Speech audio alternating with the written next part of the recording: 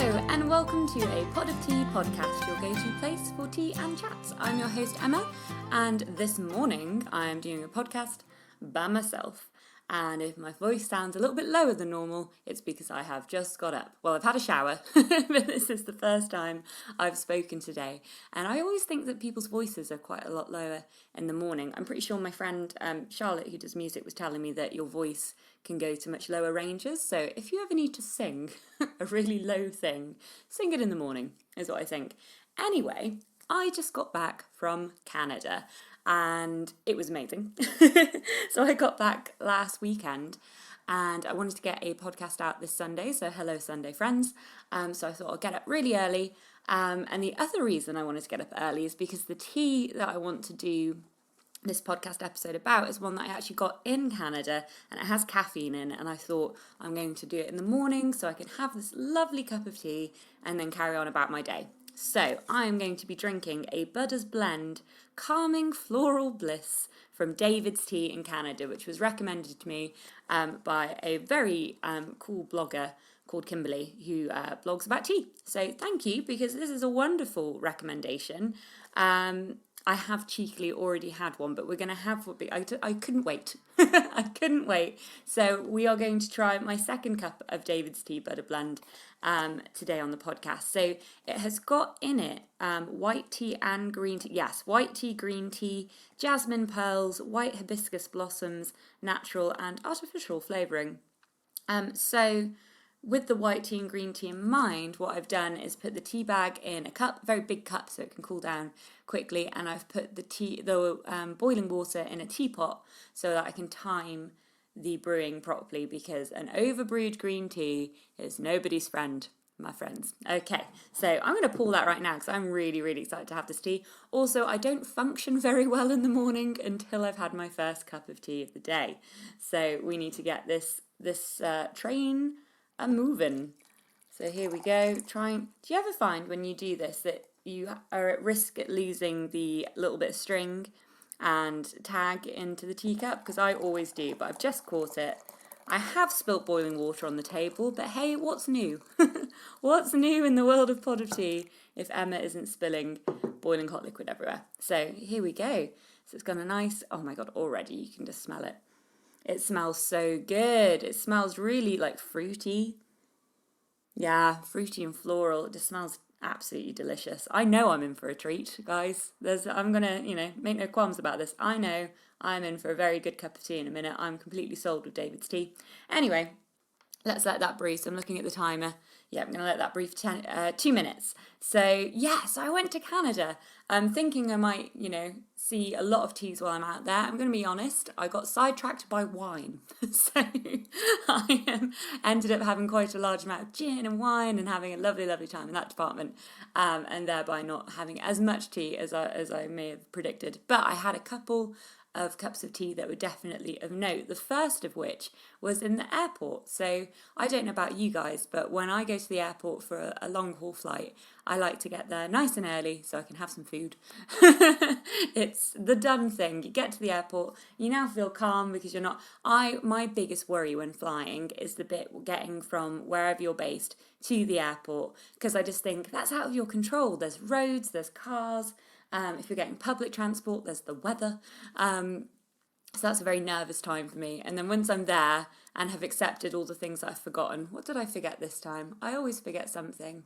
Oh, I can't remember. I've forgotten what I've forgotten. But I forgot. I think the best thing I've forgotten is when me and Jack went to Japan, I forgot my going out boots. So I spent the entire trip in a pair of trainers, which is not a bad thing, I'm going to be honest. And I was also in a pair of trainers for the majority of the Canada trip, despite what I was wearing, because I love trainers and they're comfy, and when you're walking a lot, they are your best friend. So, oh dear, I need to cough. Yes, morning voice as well, and truly here, just had a little cough, which I hopefully have cut out. I've managed to cut out due to the wizardry that is technology, so you can take out things like coughing. So anyway, yes, so we got to the airport. And we had actually stopped en route for a cheeky pret. We did a little pit stop on our way to Gatwick. So we weren't actually as hungry as I normally would be on a trip. So instead of going for a full-on like breakfast situation, we went to Yo Sushi and sat there, and we had some in the morning we had some edamame beans and a couple of their mochi balls, because if you haven't been to Yo Sushi, go just to have their mochi balls, which are like these little soft rice balls filled with cheesecake. And oh my god, they are so nice. They're so nice. Anyway, we're about to get to the actual tea, and I'm aware that this tea is now brewed, so I'm going to take this tea bag out so that I don't overbrew it, which nobody wants, I'm sure. So there he goes. I'm going to put him in the teapot. Okay, I'm going to have another smell. Oh, honestly, so nice. Smells so good. Yes, so the first tea of the trip, Yo Sushi, I had a little look at their menu, and they had a ginger tea, and I was like, that's exactly what I need before going on a flight, a nice fresh ginger tea. And it came over in one of the little cups that doesn't have a handle, sort of the little round clay cup, and it was very nice. It was lovely. I've got to say, I had quite a seaweed taste to it. You know, is it nori that they put the seaweedy stuff that goes on sushi? It had a bit of that to it, which I wasn't quite expecting. I think it definitely was supposed to have a bit of green tea in there, but yeah, I wasn't expecting that taste. So I'm hoping that it was supposed to have that taste in there. Let's pretend that it was, and it wasn't just a washing up incident. But no, I mean, I was enjoying it. I drank it. Yeah, so that was a nice tea. That was fresh tea. I know at Yo Sushi you can get unlimited green tea, which I need to take them up on when I next go there. So yeah, then we got on the plane to Canada, and joyfully they come around and they offer you tea. We flew with WestJet. We flew with WestJet. It is early, guys. We flew with WestJet. I recommend them. They are very good. They did this in-flight thing where usually on a plane you would have a screen in front of you where you could watch movies. Instead of that, they had an in-flight program where you would watch it on your phone or a tablet. So if you've got a tablet, you're on to a winner. If you've got a phone, it's really, really small. But I enjoyed some episodes of Modern Family, and I did watch a film as well, so we're fine. And then they came round, had a nice cup of tea on the plane. You know, you're on a plane, it's what you want. So that was good. And then we got to Canada, and then the whirlwind began. Oh my gosh. So we went to visit Rebecca Felgate. She's been on the podcast before. You might have listened to that episode. If you haven't, the episodes that she's on is when she flew back to the UK from New York. She'd gone to New York and was coming back for Christmas and got caught up in all of the Gatwick drone drama. So she was a little bit tired. But she did a wonderful podcast, and she is a very, very dear friend of mine. So it was very exciting to go out there because I hadn't been to Canada. She's lived there for 4 years, and this was the first time I'd gone to Canada to visit her, which was really exciting. And my little sister Alice, who's also been on this, I just get everyone on the podcast, who's also been on the podcast, came along too and had a great time. And it was really wonderful to go on holiday with my sister. So off we went, and yeah, from the minute we landed, it was just like the fun train had come into town, and we were getting on it, and we were going to have a lovely time. So we got to Becca's, we instantly got dressed up and went to a party. So Becca does YouTube and Instagram, and so she does a lot of sort of like promo things and gets invited to lovely, lovely things. And so yes, we went to this party where I had gin, and the jet lag was starting to kick in. Canada is 5 hours behind us, so it was starting to feel like midnight, but we were out. And yeah, we just went, you know what, let's commit, let's pretend that we're on a different time zone. And we had a great time. We were all dressed up, having gin and cocktails and canapes and things. And then we went somewhere for some beer, and that's when it really started to settle in. And I was like, oh, it's time to sleep. It is time to sleep. So off we went back home. And the next day we went to Canada. We went to Toronto specifically, thinking that we were going for a holiday in a city, because Toronto. Little did we know that just off Toronto are some islands, and they are amazing. And if you are planning on going to Toronto, definitely factor in some time to go across to the islands. Now, we didn't go to Centre Island, which is the one that has, I believe it has like a lot of amusement park stuff on there, like arcades and things, which I'm very much a fan of. But no, we went to Ward Island, which I'd recommend if you want somewhere a bit of away from the hustle and bustle. It was very calming. It was not too full of tourists. I was a tourist, so I was filling it up with some tourists, but it wasn't too full of tourists. And it was something quite special. So we got on something called a tiki taxi across the Ontario Lake, and made it to Ward Island. And so that was our first day in Toronto, out of the city. We're in our swimwear, we're on a beach. I had a swim. It was really wonderful. No tea, not a tea in sight, guys. I'm sorry. Definitive lack of tea. We took some, what is known in Canada as a cooler. So we took some coolers across with us and enjoyed those. And it was really pleasant. Oh, I think I might have had a tea in the morning at Becca's or a coffee. I'm not sure. But yes, there was one tea of note that we had on Ward Island, which I will talk about in a second, because I think it's time to sip this David's tea. Oh, I mean, it's just so nice. It's so light. There is definitely a sweetness to it and a floral flavour to it. And that, if you've been listening to the podcast, you know how I feel about hibiscus. And I can taste it, and it's really delicious. I'm going to have some more.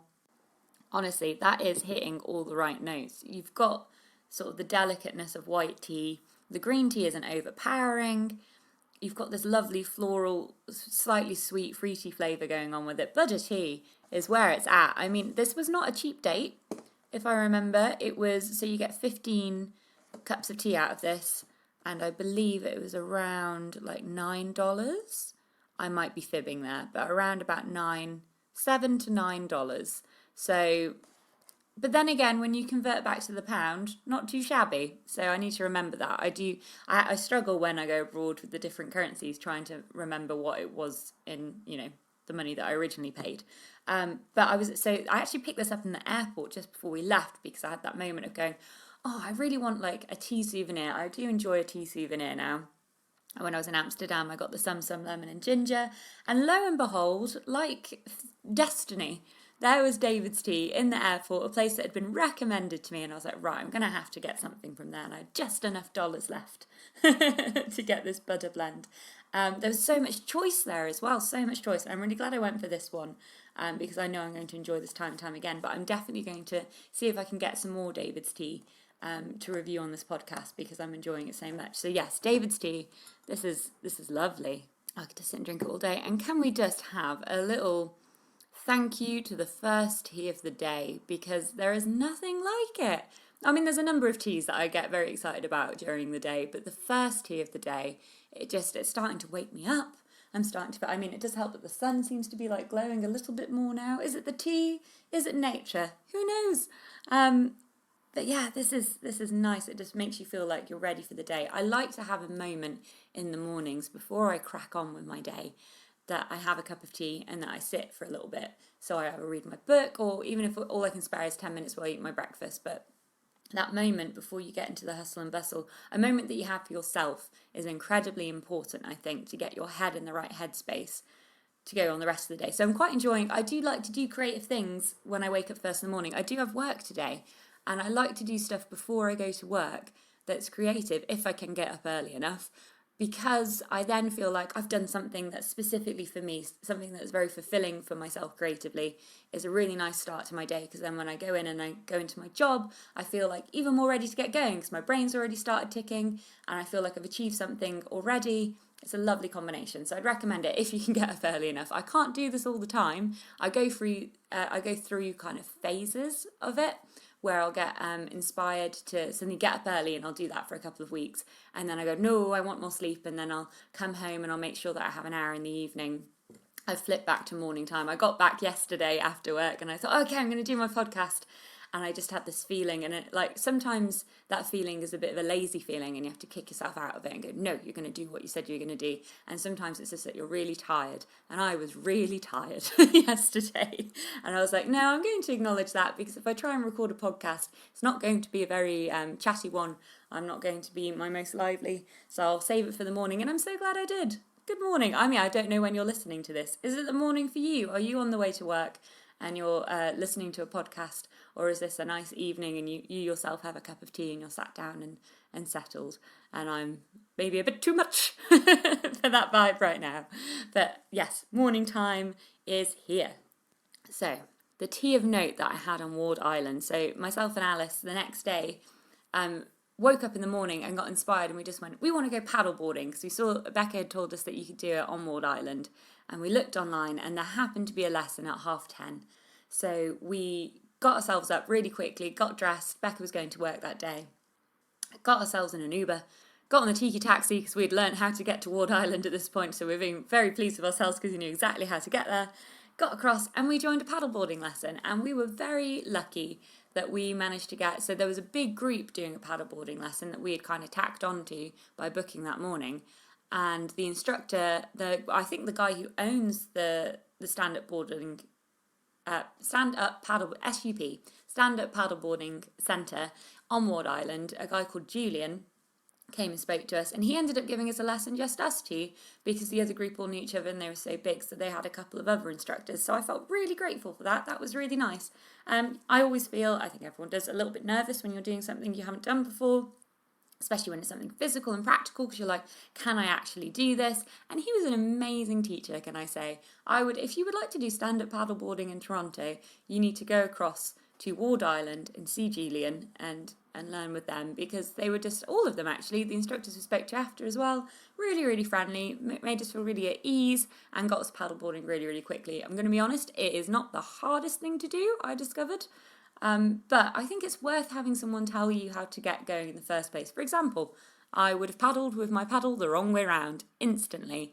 And also having that reassurance of someone telling you when to get up. Like he was explaining that the board needs to be moving when you stand up so you have a little bit more stability. Things like this are really useful. He taught us some tricks on how to turn and sort of bat ourselves away if we're going into something. I did go into a bush at one point, not at any fault of Julian's. I was paddling, my sort of left and rights went out the window and I was paddling the wrong way. Into a bush I went. But other than that, there were no mishaps. And we got an amazing view of Toronto, the CN Tower, the skyline that you see, like if you type in Toronto skyline, the picture you usually see is often taken from Ward Island, and we got to have a view of that on the paddleboard and got a really wonderful picture as well, which is a great memento of our trip. So I would recommend stand-up paddleboarding with them. I think they were just called, I can't remember the name of them now. I'll find out and I'll do a little shout out online to them, I think. But yeah, if you just Google stand-up paddleboarding, Ward Island, if you're going to Toronto, go with them. Honestly, couldn't recommend them enough. So we'd done our paddleboarding, and then they recommended us this cafe, which was quite close to the ferry port.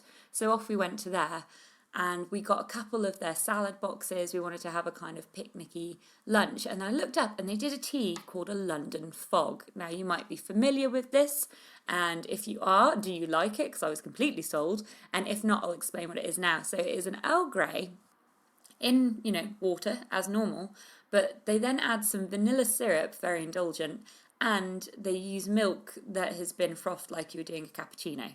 So it's a frothy, vanilla-y Earl Grey. And funnily enough, not but a week ago before this trip, my friend Charlotte came to visit, and we were discussing tea because she is the lady who got me into tea and will hopefully be on this podcast soon. I'm going to see if I can set up a Skype one with her because she is a true delight and an ever so talented lady. But yeah, she was discussing how she'd recently been to a Starbucks and she'd ordered an English breakfast tea, like just a normal tea, and they put the hot milk with the froth in that tea. And she was aghast at this, and I agreed because the milk helps cool the tea down so it gets to a more optimum drinking temperature quickly. And they just put boiling hot milk, well, not boiling, but very hot milk in with her cup of tea. And I was like, oh, that's terrible. And here I was ordering a tea that had the very same frothy milk. But I think because it was designed to have that, I was more accepting of it and I was quite excited to try it. So we sat down, I did a little bit on my Insta story about it. And it looked really weird as all the froth and the tea bag was floating in there. It wasn't the most visually appealing of things.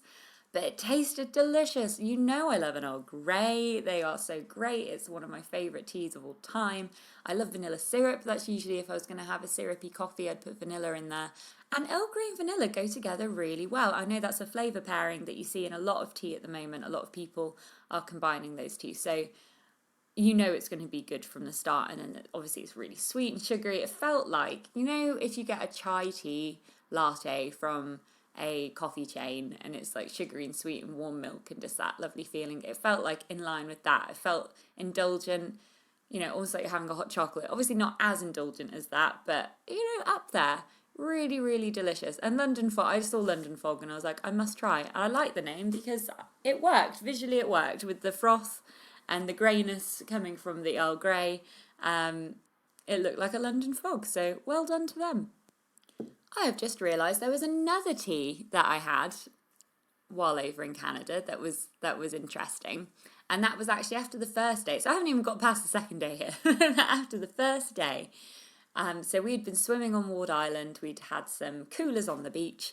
And we decided we wanted to go get some Chinese food. So Becca led the foray into Chinatown, where we caught the tail end of a little festival. There seemed to be a sort of street fair going on. It certainly looked like it was the end of it, but we managed to catch a couple of Chinese dragons walking down the street with some drumming, which was really nice. So we had a little look around at the places where you could eat Chinese, and Becca decided actually we'll go to one that she has been to before. And we went in, and I have not been to a restaurant like that before. It was like a really large room, like a hall, big tables, and the server was like, do you mind sitting on a table with other people? And we were like, no, that's fine. So we sat on this massive round table that could seat like 12 people. There were like two other groups there.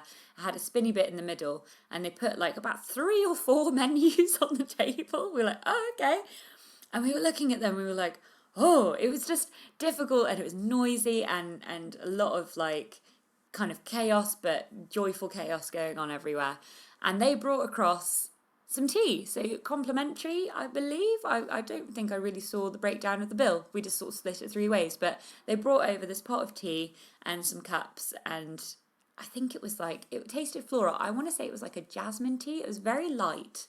It wasn't like too powerful, but having been on the island and been swimming, and at this point be a bit cold because I didn't bring any change of clothes, so I was still wearing my swimwear under my clothes, and yeah, having a bit of day of sort of running around and being full on, we had this little cup of tea, and it was so good. It was so nice, and it went really well with the food. We didn't actually order any of the drinks other than that tea that came with it, so that was lovely. But yeah, the food ordering was, we asked for, I've really enjoyed tofu and black bean sauce, and we asked for that, and it wasn't on the menu, and they quite happily made that.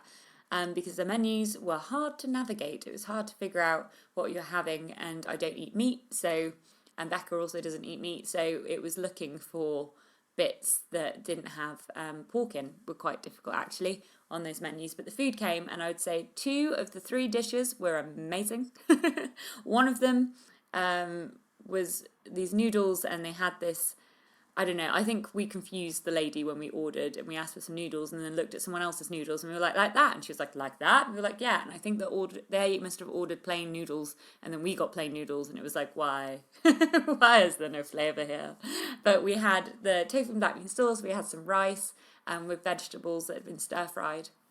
Delicious, really good. My mouth's now watering because I haven't had breakfast yet, so I'm going to have some more tea. Yeah, so that was lovely. I mean, other than that, guys, I'm not going to lie to you, that was pretty much the extent of the tea, apart from like a couple of normal brews of a morning. I had some coffee, a bit more coffee than I did tea when I was out there. I'm trying to curb the caffeine addiction now, so I'm going to rein that back in, because I noticed, because I wasn't drinking as many hot beverages, I'm pretty sure I had a little caffeine headache while I was out there, which is not ideal, and makes me think that I was probably drinking too much coffee and tea at work while I've been here. So since I've been back a week now, I have not been drinking caffeinated beverages unless it's a particularly extra special moment, such as now. So this is a caffeinated beverage. Won't be having another one today. I'll stick to the herbals and the decafs. I had quite a bit of coffee while I was out there, and as I say, a lot of wine. The wine comes from, we went to Niagara-on-the-Lake. So, well, first we went to Niagara Falls, which is a brilliant, brilliant place. I will happily go back to Niagara Falls if ever I go back to Canada, because, well, firstly, I love the boat into the waterfalls. I hadn't done that before, and me and my sister Becca had a few times. So she sort of dropped the kids off at the lake at the falls and wandered off to go write some more of her book. She's writing a book at the moment, which is really exciting, and I think it's going to be a really great read. So she went off, took herself off to go do that, while we very kindly drove us to Niagara and then went and wrote a book for a bit. So me and Alice went on the boat into the falls, and it was like, like the rapids you get at a like Alton Towers or a theme park of any description. It was like that, but extreme, and it was really invigorating and really exciting. And like, I looked up at the falls and I got this feeling of like, this is what it would feel like if you fell off. If the world was flat, I don't believe it's flat, it's very much round, guys. But if the world was flat and the water was all spilling off the edge, and you looked up as you fell over. That's what it looks like when you look up at Niagara Falls, because you can't see past the edge. Very, very beautiful. It was a sunny day. There was rainbows aplenty, which was, really nice to see. So we did the falls, and then we went into Niagara. There's a strip that runs down to the falls that is just full of arcades and Ripley's Believe It or Not Museum, and this weird track that you can drive a go-kart around, and Funhouse and Horror House and all that. It's amazing. It's just gaudy and bright, and I love that kind of thing, and they just sell tat. I'm there for it. So we ended up going into an arcade there and had a really, really fun time. Discovered a Kung Fu Panda game in the arcade where you have to hit. It's like you're pretending to be the panda and you're hitting different things and you're chopping them. Really good game. If I can find that in the UK, I will be spending some money on that because I really, really enjoyed it. So that was Niagara, so we'd go there. But then we ended up at Niagara on the Lake, so we booked an Airbnb and stayed there for 2 nights. There was a patio. So Canadians, if there's anyone who is Canadian listening to this, can you tell me how much you love a patio? Because when I was out there, I noticed that there is a thing about sitting on a patio, and I was there for it. I enjoyed. We sat on a patio a couple of times. We went to a patio party, in fact, on the Tuesday night. It's a really cool patio party. Where we were, again, thank you, Becca Roo, for getting us to such a party. So we were on top of a building in this patio, having some drinks, looking out over a lovely Toronto skyline. But yeah, there was, if you go to a bar or something like that, they'll have a patio out back and sort of rave about it in front, and people are drawn in. To the extent that we went to somewhere for beer, and they were in the process of building a patio. So the patio wasn't even done. And 2 people came in, ever so excited, and they were like, we're here, I've seen that I live across the street, I've seen you've been building a patio, we're coming. And they're like, oh no, it's not ready yet, we need someone to come out and inspect it, and let us know that it's okay for people to sit out there. We even got the furniture on it. It's not quite ready, but it will be soon. And this girl's face was crestfallen.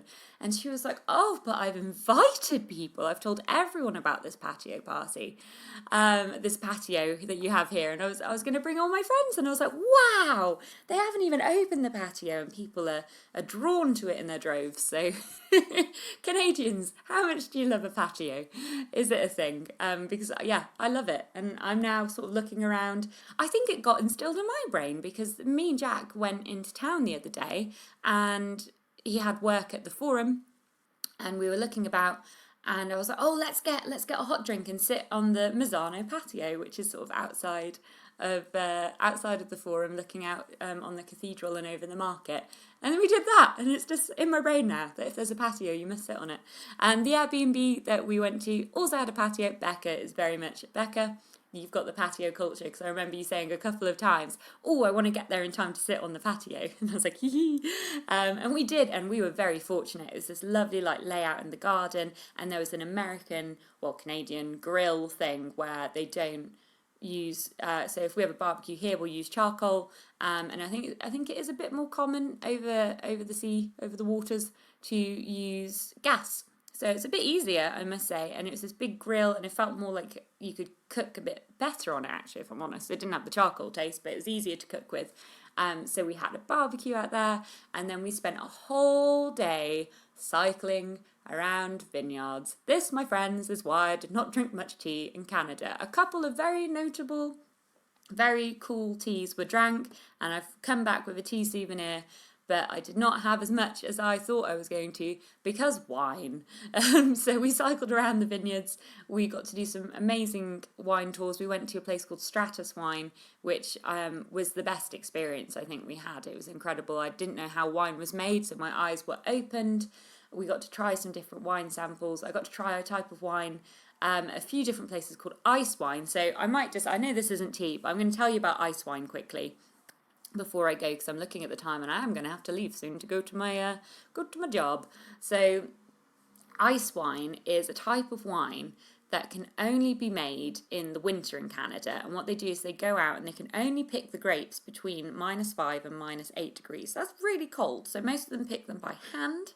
So they get these frozen grapes, And apparently because the grapes are frozen, it creates a kind of nectar, which they then squish out. And you only get like a little bit of nectar from each bunch of grapes. And that nectar gets turned into ice wine, which is incredibly sweet. It's very much like a dessert wine. And it's lovely. It's really, really nice. And I love a story. And I love that I was drinking this wine.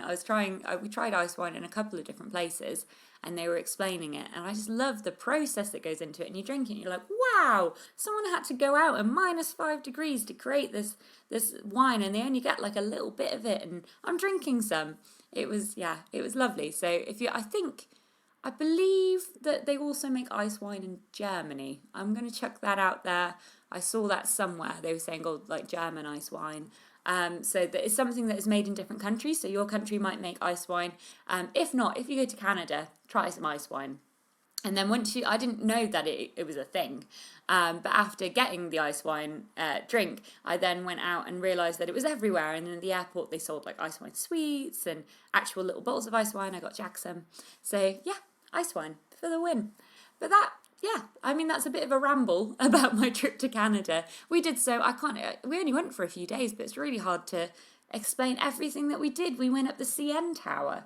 We went to an alley called Graffiti Alley and got some lovely photographs. We went, and had a hullabaloo and a wonderful time. So to conclude, a big thank you to Becca Felgate, Becca, if you're listening to this, for an incredible holiday. You are the host with the most. She did so much and planned so much to make sure that we had a really nice time, and obviously had us to stay in her really adorable flat. Which, gosh, she has really good taste. You know when you go to someone's house and you look around and you're like, oh, I need to decorate my house more because yours looks really nice. And that happened, which is probably now why I have new mustard curtains, but which we went out and got the other day. Yeah, so thanks, Becca, for a wonderful holiday. Thank you, Alice, if you're listening, because you are a wonderful person to go on holiday with. And thank you, everyone, for listening. So I'm going to quickly enjoy the rest of my tea as I get ready for work. I hope you all have a wonderful day doing whatever you're doing today. And I will be back again soon with another tea review or another tea and chat, depending on who I get on the podcast next.